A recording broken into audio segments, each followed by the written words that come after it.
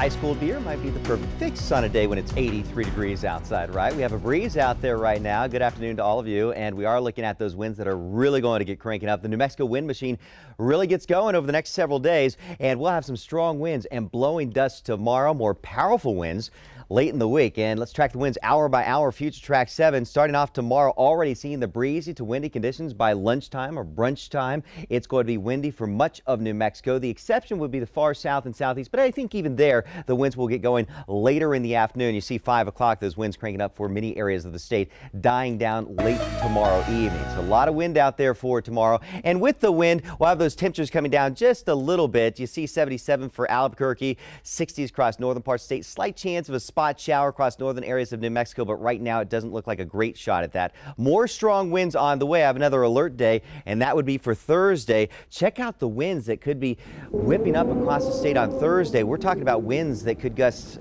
40, 50, maybe even 60 miles per hour. So it's that time of year. Albuquerque and New Mexico, April is on average the windiest month of the year, and it does appear that, hey, it's going to play out. Tomorrow, just not a great day to be outside.